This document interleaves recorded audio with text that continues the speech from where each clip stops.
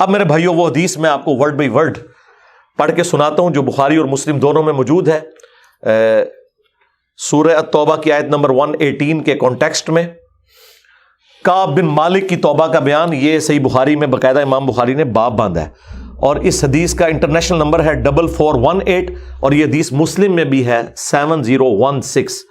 Word by word میں یہ حدیث بیان کروں گا کیونکہ اس کی رکت اسی میں ہے کہ میں اسے لفظ با لفظ بیان کروں، آپ اس تکلیف کا احساس کریں جس سے کعب بن مالک گزرے، اور پھر الٹیمیٹلی ان کی توبہ قبول ہوئی، اور ایسی توبہ قبول ہوئی کہ قیامت تک قرآن میں ان کی توبہ کا ذکر ہے کہ اللہ نے قبول کی، اور اس کی وجہ سے اس سورت کا نام سورہ توبہ ہے، جب وہ غزوہ تبوک سے پیچھے رہ گئے۔ یہ ان کا بیٹا ہے عبداللہ، وہ اس حدیث کو بیان کرتا ہے۔ امام بخاری نے چند واسطوں سے ان کے بیٹے سے یہ حدیث لی ہے، وہ عبداللہ، اور اس بیٹے کا ذکر امام بخاری نے کیا کہ جب کعب رضی اللہ تعالیٰ عنہ نابینا ہو گئے تو ان کے بیٹوں میں سے عبداللہ ہی تھا جو ان کو راستے میں پکڑ کر چلایا کرتا تھا، مسجد تک لے جاتا تھا۔ وہ عبداللہ بیان کرتا ہے کہ میں نے اپنے والد کعب بن مالک سے ان کے غزوہ تبوک میں شریک نہ ہو سکنے کا واقعہ سنا، تو انہوں نے بتایا کہ غزوہ تبوک کے سوا اور کسی غزوہ میں ایسا نہیں ہوا تھا کہ میں رسول اللہ کے ساتھ شریک نہ ہوا ہوں، البتہ غزوہ بدر میں بھی میں شریک نہ ہو سکا، لیکن جو لوگ غزوہ بدر میں شریک نہیں ہو سکے ان کے متعلق آپ صلی اللہ علیہ وآلہ وسلم نے کسی قسم کی ناراضگی کا اظہار نہیں فرمایا تھا، کیونکہ وہ آپشنل تھا، وہ اب ذکر بھی آ رہا ہے، کیونکہ آپ صلی اللہ علیہ وآلہ وسلم اس موقع پر صرف قریش کے قافلے کی تلاش میں نکلے تھے، لیکن راستے میں اللہ تعالیٰ کے حکم سے کسی پہلی تیاری کے باوجود اللہ تعالیٰ نے ان کو دشمنوں کے ساتھ ٹکروا دیا۔ وہ موزانہ طور پہ ہوا تھا کیونکہ وہ بدر کے لیے نکلے، ورنہ تو یہ بھی ساتھ شامل ہوتے۔ میں لیلہ عقبہ میں رسول اللہ کی خدمت میں حاضر ہوا تھا، یعنی وہ مدینہ کے لیے جو ہجرت کے لیے جن چند ساتھیوں نے انصار مدینہ نے راہ ہموار کی تھی ان میں یہ شامل تھے، جو نبی الاسلام کی زندگی کا ایک ٹرننگ پوائنٹ تھا، ایک الٹرنیٹو بیس مل گیا۔ تو کہتے ہیں میں اس رات موجود تھا، یہ وہی رات ہے جس میں ہم نے مکہ میں اسلام کے لیے عہد کیا تھا، اور مجھے تو یہ غزوہ بدر سے بھی زیادہ عزیز ہے۔ اوئے خائے خائے، اگرچہ بدر کا لوگوں کی زبانوں پر چرچا زیادہ ہے، میرا واقعہ یہ ہے کہ میں اپنی زندگی میں کبھی اتنا قوی اور اتنا صاحب مال نہیں ہوا تھا جتنا غزوہ تبوک کے موقع پر، جبکہ میں آپ صلی اللہ علیہ وآلہ وسلم کے ساتھ تبوک کے غزوے میں شریک نہ ہو سکا۔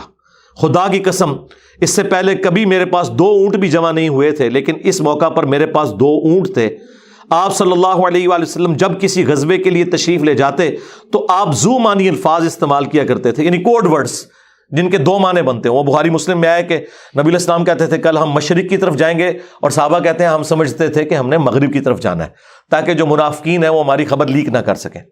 لیکن غزوہ تبوک وہ موقع تھا کہ گرمی بڑی سخت تھی، سفر بہت لمبا تھا، ریگستانی سفر تھا، اور دشمن کی فوج بھی کثرت سے تھی، رومن امپائر، 700 کلومیٹر ریگستانی سفر، تمام مشکلات سامنے تھیں۔ اس لیے آپ صلی اللہ علیہ وآلہ وسلم نے مسلمانوں سے اس غزوے کے متعلق بہت تفصیل کے ساتھ بتا دیا تھا، یعنی یہ ظاہر ایک مشکل وقت تھا تو حضور نے کھول کے بیان کیا کہ بھائی ادھر ہی جا رہے ہیں، یعنی مطلب یہ ہے کہ جو یہ نعرے لگاتے ہیں نا کہ غلامی رسول میں موت بھی قبول ہے اور ٹکٹ کٹا لے اپنا، تاکہ اس کے مطابق پوری طرح تیاری کر لیں۔ چنانچہ آپ صلی اللہ علیہ وآلہ وسلم نے اس کی سمت بھی نشاندہی کر دی جدھر سے آپ کے جانے کا ارادہ تھا۔ مسلمان بھی آپ علیہ السلام کے ساتھ بہت زیادہ تھے، اتنے کہ کسی رجسٹر میں سب کے ناموں کا لکھنا بہت مشکل تھا۔ کعب کہتے ہیں کہ کوئی بھی شخص اگر اس غزوے میں شریک نہ ہونا چاہتا تو وہ خیال کر سکتا تھا کہ اس کی غیر حاضری کا کسی کو پتہ نہیں چلے گا سوائے اس کے کہ اس کے متعلق وحی نازل ہو۔ تو حضرت کعب کا کیا عقیدہ تھا کہ نبی علیہ السلام ان کے صحابہ کے پاس علم غیب نہیں تھا جب تک کہ اللہ تعالیٰ وحی کے ذریعے نہ بتا دے۔ تو باب شاہی کوئی نہیں، ہاں ایسے میں بولا کہ نہ بولا، میرے نبی سا ہے ہی کوئی نہیں، تیرے باب شاہی کوئی نہیں۔ اور یہ عقیدہ صحابہ کا کہ علم غیب یہ ہے کہ اللہ بتائے۔ آپ صلی اللہ علیہ وآلہ وسلم جب اس غزوے کے لیے تشریف لے جا رہے تھے تو پھل پکنے کا زمانہ تھا اور سایہ میں بیٹھ کر لوگ آرام کرتے تھے۔ اچھا دیکھیں اللہ کی آزمائش کہ پھل پک کے تیار ہو جائے تو آپ نے ٹائملی اتارنا ہے، اگر آپ نے نہیں اتارا تو وہ تو آپ کی پورے سال کی اکانومی اس سے وابستہ ہے۔ اللہ نے عین اس ٹائم پہ آزما لیا کہ ٹھیک ہے اب تم نبی کے ساتھ جاؤ۔ اب بعد میں بھی بھوک نظر آ رہی ہے، کہتے ہیں لوگ بیٹھ کے نہ چوراہوں پہ یہی باتیں کرتے تھے۔ آپ صلی اللہ علیہ وآلہ وسلم بھی تیاریوں میں مصروف تھے اور آپ کے ساتھ مسلمان بھی، لیکن میں روزانہ سوچا کرتا تھا کہ کل سے میں بھی تیاری کروں گا. وہی جو آج کہتے ہیں جی کل تو انشاءاللہ داڑھی بھی رکھ لینی ہے، بس میرے بچیوں کے ہاتھ پیلے ہو جائیں تو میں تو مسجد میں بیٹھا رہوں گا. یہ وہی چیز ہے، یہ ہر انسان پہ اسے طول عمل کہتے ہیں، لمبی امیدیں لگانا. میں روزانہ اسے ٹالتا رہا. مجھے اس کا یقین تھا کہ میں تیاری کر لوں گا، مجھے آسانیاں میسر تھی. یوں ہی وقت گزرتا رہا اور آخر لوگوں نے اپنی تیاریاں بھی مکمل کر لی اور آپ صلی اللہ علیہ وآلہ وسلم مسلمانوں کو ساتھ لے کر روانہ بھی ہو گئے. اس وقت تک میں نے کوئی تیاری نہیں کی تھی. اس موقع پر میں نے اپنے دل کو یہی سمجھایا کل یا پرسوں تک تیاری کر لوں گا، پھر لشکر سے تیزی سے جا کر مل جاؤں گا. کوچ کے بعد دوسرے دن بھی میں نے تیاری کے لیے سوچا لیکن کچھ نہ ہو سکی. پھر تیسرے دن سوچا اور اس دن بھی کوئی تیاری نہ ہو سکی. اور یوں وقت گزرتا گیا اور اسلامی لشکر بہت آگے بڑھ گیا. غزوہ میں میرے شرکت کے لیے بات اب دور کی بات ہو گئی اور میں یہی ارادہ کرتا رہا کہ یہاں سے چل کر اب ان تک نہیں پہنچ سکوں گا. تھیندے تھی گیا. کاش میں نے ایسا کر لیا ہوتا، لیکن یہ میرے نصیب میں نہیں تھا. اچھا، جرم ہو جانے کے بعد آپ یہ کہہ سکتے ہیں میری تقدیر میں یہ لکھا تھا، پہلے نہیں.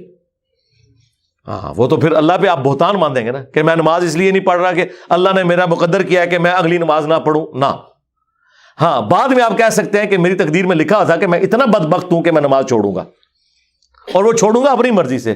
اللہ نے تو اپنے علم سے فورس ہی کیا. آپ صلی اللہ علیہ وآلہ وسلم کے تشریف لے جانے کے بعد جب میں باہر نکلتا تو مجھے بڑا دکھ ہوتا، کیونکہ یا تو وہ لوگ نظر آتے تھے جن کے چہروں سے نفاق ٹپکتا تھا. ہاں، اب پیچھے رہنے والے تو وہ تھے جو ہے ہی منافقین تھے شکلوں سے، ٹھیک ہے، یا پھر وہ لوگ تھے جنہیں اللہ نے معذور اور ضعیف قرار دے کر معاف کر دیا تھا. وہ سورہ توبہ میں 92 نمبر آیت میں گزرا ہے نا کہ وہ لوگ پھر رسول اللہ سے اس حال میں واپس ہوتے ہیں کہ ان کی آنکھیں آنسوؤں سے تر ہوتی ہیں کہ نہ حضور انہیں کوئی سواری دے سکتے ہیں، غریب لوگ ہیں. اور وہ لوگ بھی جو مریض ہیں ان کو اللہ تعالیٰ نے اس حوالے سے چھٹکارا دے دیا. آپ صلی اللہ علیہ وآلہ وسلم نے میرے بارے میں کسی سے کچھ نہیں پوچھا، لیکن جب آپ تبوک پر پہنچے تو وہیں ایک مجلس میں آپ نے دریافت کیا کہ کعب نے کیا کیا. آپ نظروں میں تو تھا نا جی، خاص بندے جو ہوتے ہیں وہ نظروں میں تو ہوتے ہیں. یعنی یہ تو ایکسپیکٹ ہی نہیں نہ کیا جا سکتا کہ مین ٹیم ممبر پیچھے رہ جائے. تو اس سے اندازہ لگائے کہ حضرت کعب بن مالک کو چھوٹے بندے نہیں تھے. بنو سلمہ کے ایک صاحب نے کہا یا رسول اللہ اس کے غرور نے اسے آنے نہیں دیا. اس پر حضرت معاذ ابن جبل بولے تم نے بری بات کہی. یا رسول اللہ خدا کی قسم ہمیں ان کے متعلق خیر کے سوا اور کچھ معلوم نہیں. تو نبی علیہ السلام نے اس کے جواب میں کچھ نہیں فرمایا. دیکھیں انہوں نے پوری رپورٹ لی ہے پیچھے سے کہ کیا کچھ ہوتا رہا وہاں. اب حضور نے کوئی ورڈنگ دی، ظاہر ہے نبی علیہ السلام کو بھی غصہ تھا. کعب بن مالک رضی اللہ تعالیٰ نے بیان کیا کہ جب مجھے معلوم ہوا کہ نبی علیہ السلام واپس تشریف لا رہے ہیں تو اب مجھ پر فکر سوار ہونے لگی اور میرا ذہن کوئی ایسا جھوٹا بہانہ تلاش کرنے لگا جس سے میں کل حضرت کی ناراضگی سے بچ سکوں. دیکھیں وہ بھی عام انسان تھے، اتنے اولو العزم صحابہ، لیکن ظاہر نفس تو ہر بندے کے ساتھ لگا ہے. وہ بھی سوچ رہے ہیں کہ یار چلو میں بہانہ کر لوں گا، کوئی مجبوری تھی. ہوئے ہوئے ہوئے ہوئے. اپنے گھر کے ہر عقل مند آدمی سے اس کے متعلق میں نے مشورہ بھی کی، لیکن جب مجھے معلوم ہوا کہ نبی علیہ السلام مدینے سے بالکل قریب آ چکے ہیں تو غلط خیالات میرے ذہن سے بالکل نکل گئے اور مجھے یقین ہو گیا کہ اس معاملے میں جھوٹ بول کر اپنے آپ کو کسی طرح محفوظ نہیں کر سکتا. چنانچہ میں نے سچی بات کہنے کا پختہ ارادہ کر لیا. صبح کے وقت حضرت جب تشریف لائے تو آپ صلی اللہ علیہ وآلہ وسلم جب کسی سفر سے واپس آتے تھے تو آپ کی یہ مبارک عادت تھی کہ پہلے مسجد میں تشریف لے جا کر 2 رکعت نوافل پڑھتے، پھر لوگوں کے ساتھ مجلس میں بیٹھتے. جب آپ اس عمل سے فارغ ہو چکے تو آپ کی خدمت میں لوگ آنے لگے جو غزوہ میں شریک نہیں ہوئے تھے اور قسم کھا کھا کر اپنے عذر بیان کرنے لگے. اور ایسے لوگوں کی تعداد 80 کے قریب تھی، یعنی 80 لوگ ایسے تھے جو جھوٹے بہانے لگا رہے تھے. آپ صلی اللہ علیہ وآلہ وسلم نے ان کے ظاہر کو قبول فرما لیا اور ان سے دوبارہ سے عہد بھی لے لیا، ان کے لیے دعائے مغفرت بھی کی. دیکھو جی، آپ لوگ تو کہتے ہیں کوئی بزرگ دعا کر دے، حضور نے بھی دعائے مغفرت کر دی ہے، لیکن اللہ نے کراس پھیر دیا ہے. ہاں یہ ذہن میں رکھیں. آپ نے بہانہ بھی قبول کر لیا، دوبارہ سے بیعت بھی کر لی، چلو تجدید عہد بھی ہو گیا جی. اگر بیعت ٹوٹ گئی تو دوبارہ ہو گئی، اور دعا بھی کر دی اور ان کے باطن کو اللہ کے سپرد کر دیا. کیا بات ہے جی. یہ میرے نبی کا ہی جگر ہے جی، شکلوں سے بھی پہچان لیا ہے، صحابہ اگر پہچان ہے کا باطن کا معاملہ اللہ جانے، اس کے بندے جانے۔ اس کے بعد میں حاضر ہوا، میں نے سلام کیا تو آپ علیہ السلام مسکرائے، آپ کی مسکراہٹ میں ناراضگی تھی۔ آپ نے فرمایا آؤ، میں چند قدم چل کر آپ کے سامنے بیٹھ گیا۔ آپ نے مجھ سے دریافت کیا کہ تم غزوہ میں کیوں شریک نہیں ہوئے، کیا تم نے کوئی سواری نہیں خریدی تھی؟ میں نے عرض کیا میرے پاس سواری موجود تھی، اللہ کی قسم اگر میں آپ کے سوا کسی دنیا دار شخص کے سامنے آج بیٹھا ہوتا تو کوئی نہ کوئی بہانہ کر لیتا اور اس کی ناراضگی سے بچ جاتا۔ مجھے خوبصورتی کے ساتھ گفتگو کا سلیقہ بھی معلوم ہے، لیکن اللہ کی قسم مجھے یقین ہے کہ اگر آج میں آپ کے سامنے کوئی جھوٹا بہانہ کر بھی دوں اور آپ راضی بھی ہو جائیں تو بہت جلد اللہ تعالیٰ آپ کو مجھ سے ناراض کر دے گا، کیونکہ میں بظاہر تو بہانہ کروں گا لیکن اللہ تو وحی کے ذریعے آپ کو بتا دے گا یہ جھوٹ بول رہا ہے۔ اس کی بجائے اگر میں آپ سے سچی بات کروں تو یقیناً آپ کو میری طرف سے ناراضگی تو ہوگی، لیکن اللہ سے مجھے امید ہے کہ وہ مجھے معاف کر دے گا۔ خدا کی قسم مجھے کوئی عذر نہیں تھا، اللہ کی قسم اس وقت سے پہلے میں کبھی اتنا آسودہ حال نہیں تھا، اور پھر بھی میں آپ کے ساتھ شریک نہ ہو سکا۔ نبی علیہ السلام نے فرمایا کہ اس نے سچی بات بتا دی، اچھا اب جاؤ یہاں تک کہ اللہ تمہارے بارے میں خود ہی کوئی فیصلہ کرے۔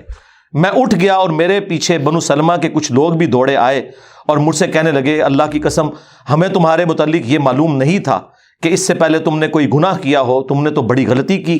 آپ علیہ السلام کے سامنے ویسے ہی کوئی بہانہ کر دیتے جیسا کہ دوسرے لوگوں نے کیا، تمہارے گناہ کے لیے نبی علیہ السلام کا استغفار ہی کافی ہو جاتا، وہی جو کچھ بھی ہیں تیرے محبوب کی امت سے ہیں۔ لیکن سرکار یہ کعب بن مالک تھے، ان کو پتا تھا، اور مشورہ دینے والے بھی صاحب ہیں، دیکھو کیا مشورہ دے رہے ہیں کہ کو بہانہ کر لینا سی، حضور نے دعا کرنی سی۔ مینٹالٹی اس زمانے میں بھی اس طرح ہی تھی، یہ نہ سمجھیں آج کے لوگ ہی کہتے ہیں، اس زمانے میں بھی ڈھیلے مسلمان تو تھے، تو حضور نے تیرے لیے دعا کر دینی تھی، تو تو نے تو یہ کام۔ اللہ کی قسم ان لوگوں نے مجھے اتنی ملامت کی کہ مجھے خیال آیا کہ واپس جا کر کوئی جھوٹا بہانہ کر ہی آؤں۔ اندازہ کرو ایڈا انہوں نے جناب انہوں نے کیتا کہ چلو ٹھیک ہے میں ان جا کے بہانہ کر لوں۔ پھر میں نے ان سے پوچھا کیا میرے علاوہ کسی اور نے بھی کوئی ایسا عذر بیان کیا ہے؟ تو انہوں نے بتایا کہ ہاں 2 حضرات اور ہیں جنہوں نے معذرت کی جس طرح تم نے کی، اور انہیں بھی وہی جواب ملا جو تمہیں ملا۔ میں نے پوچھا وہ کون ہے؟ تو انہوں نے بتایا کہ مرارہ بن ربیع اور ہلال بن امیہ رضی اللہ عنہما، ان 2 ایسے صحابہ کا نام انہوں نے لے دیا جو صالح تھے اور اصحاب بدر بھی تھے، ان کا طرز عمل میرے لیے نمونہ بن گیا۔ انہوں نے کہا اگر یہ 2 بدری صحابی بھی ان کے ساتھ بھی یہی کچھ ہوا ہے نا تو میں اچھے لوگوں کی فہرست میں اب شامل ہو جاؤں، میں اب پکا رہوں۔ ان کا طرز عمل میرے لیے نمونہ بن گیا۔ چنانچہ انہوں نے جب ان بزرگوں کا نام لیا تو میں اپنے گھر چلا آیا۔ آپ علیہ السلام نے لوگوں کو ہم سے بات چیت کرنے سے ممانعت کر دی۔ لو جی سوشل بائیکاٹ ہو گیا۔ اللہ اکبر۔ بہت سے لوگ جو غزوے میں شریک نہیں ہوئے تھے ان میں سے صرف ہم 3 تھے، لوگ ہم سے الگ رہنے لگے اور سب لوگ بدل گئے۔ ایسا نظر آتا تھا کہ ہم سے ساری دنیا بدل گئی ہے، ہمارا اس سے کوئی واسطہ ہی نہیں۔ 50 دن تک ہم اسی حال میں رہے۔ میرے 2 ساتھیوں نے تو اپنے گھروں سے نکلنا ہی چھوڑ دیا، ہر وقت روتے رہتے تھے، لیکن میرے اندر ہمت تھی، میں باہر نکلتا تھا، مسلمانوں کے ساتھ نماز میں بھی شریک ہوتا تھا اور بازاروں میں بھی گھومتا تھا، لیکن کوئی شخص مجھ سے بولتا نہیں تھا۔ میں نبی علیہ السلام کی خدمت میں بھی حاضر ہوتا، آپ کو سلام بھی کرتا۔ جب آپ نماز کے بعد مجلس میں بیٹھتے تو میں اس کی جستجو میں لگا رہتا کہ دیکھوں سلام کا جواب دیتے ہیں یا نہیں، اور میری نظر حضور کے ہونٹوں کی طرف ہوتی کہ جواب میں ہلے یا نہیں۔ کنکھیوں سے دیکھتے رہتے، اب حضور جواب بھی نہیں دے رہے۔ پھر میں کوشش کرتا کہ آپ کے قریب ہی نماز پڑھوں، اور میں آپ کو کنکھیوں سے دیکھتا رہتا ایسے کر کے۔ جب میں اپنی نماز میں مشغول ہو جاتا تو رسول اللہ میری طرف دیکھتے، لیکن جو ہی میں آپ کی طرف دیکھتا تو آپ رخ انور پھیر لیتے۔ ظاہر ہے حضور کو بھی تو محبت تھی اپنے صحاب کے ساتھ، حضور دیکھتے تھے، وہ جب یعنی اپنی ناراضگی کا اظہار وہ اگر نماز میں بھی حضور کی طرف دیکھ رہے تو حضور چہرہ انور پھیر لیتے۔ تو میں ایک دن ابو قتادہ کے باغ کی دیوار پر چڑھ گیا، وہ میرے چچا زاد بھائی تھے اور مجھے ان سے بہت گہرا تعلق تھا۔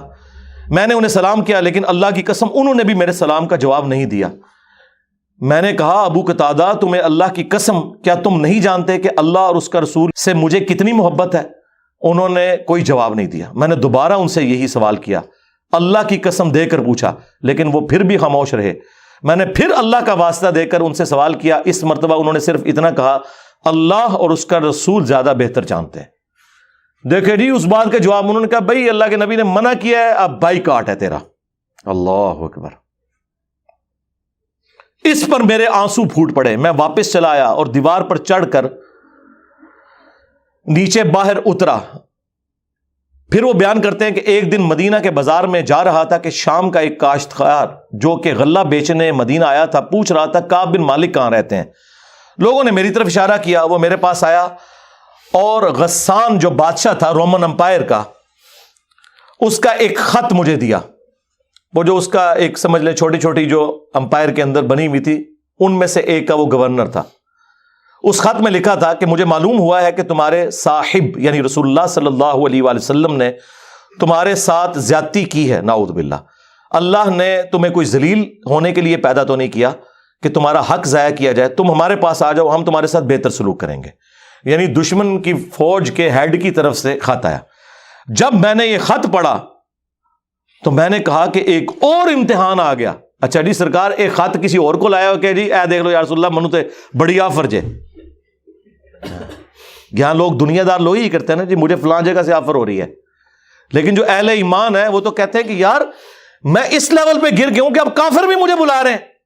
انہوں نے یہ رزلٹ نکالا, چونکہ مومن تھے نا. میں نے اس خط کو تندور میں جلا دیا.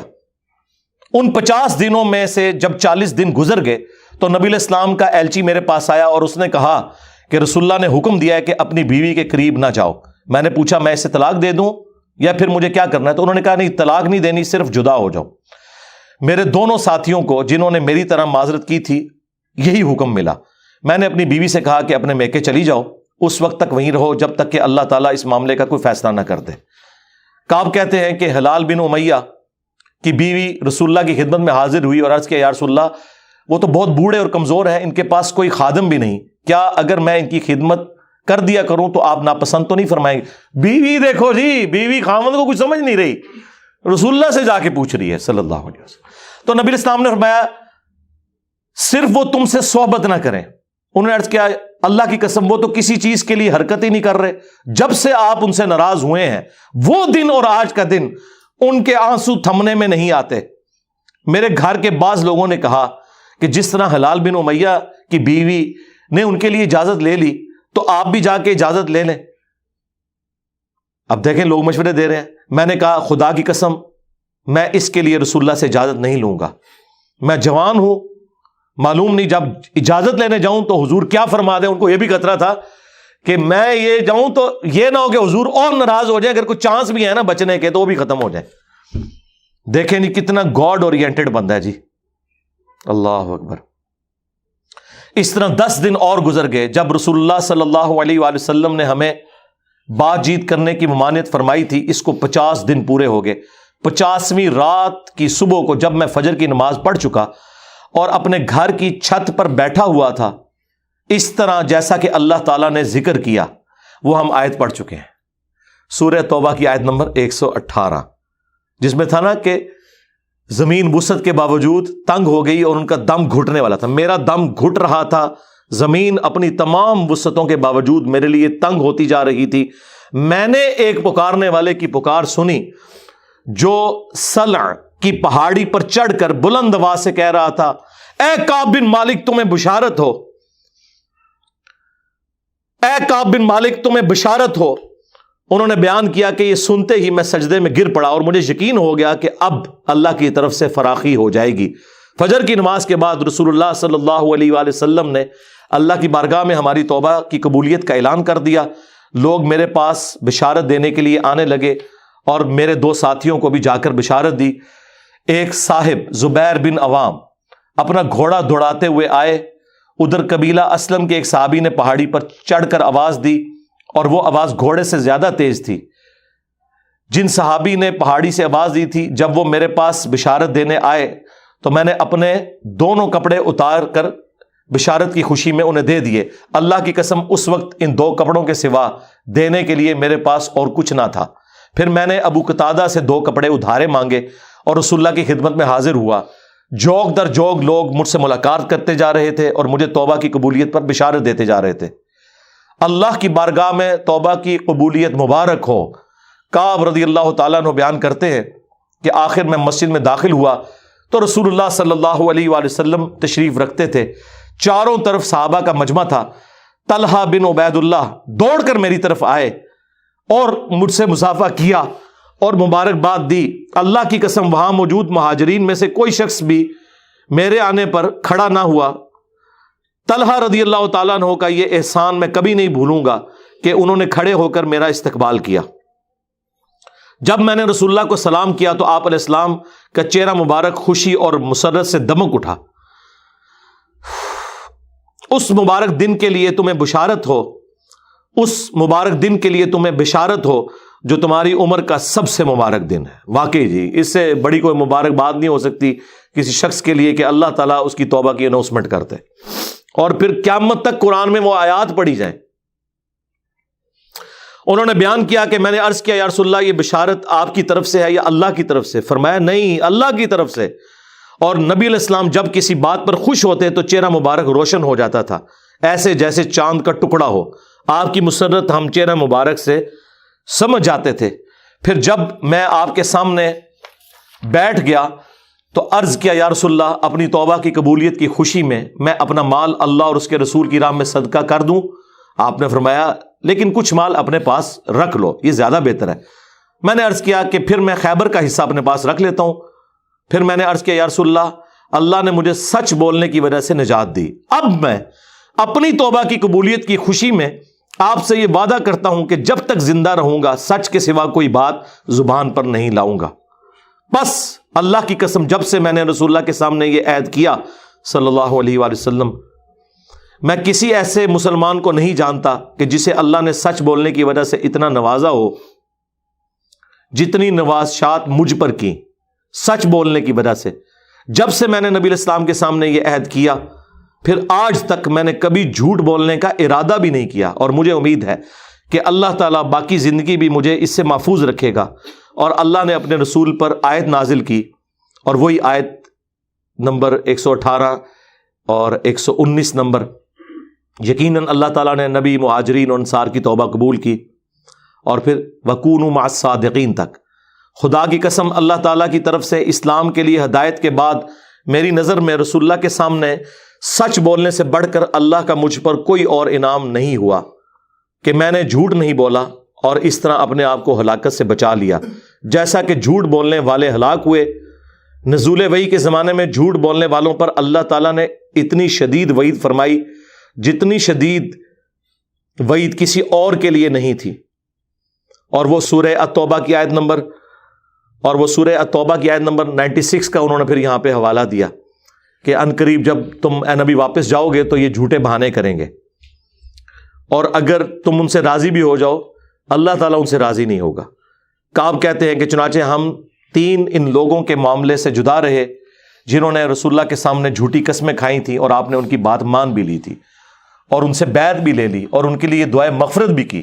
ہمارا معاملہ رسول اللہ نے چھوڑ دیا اور اللہ نے خود اس کا فیصلہ کیا، اور پھر اللہ تعالیٰ نے یہ آیت نازل کی جو ہم نے یہ پڑھی سورہ التوبہ کی آیت نمبر 118، وَعَلَى الثَّلَاثَةِ الَّذِينَ خُلِّفُوا حَتَّى إِذَا ضَاقَتْ عَلَيْهِمُ الْأَرْضُ بِمَا رَحُبَتْ وَضَاقَتْ عَلَيْهِمْ أَنفُسُهُمْ وَظَنُّوا أَن لَّا مَلْجَأَ مِنَ اللَّهِ إِلَّا إِلَيْهِ ثُمَّ تَابَ عَلَيْهِمْ لِيَتُوبُوا إِنَّ اللَّهَ هُوَ التَّوَّابُ الرَّحِيمُ۔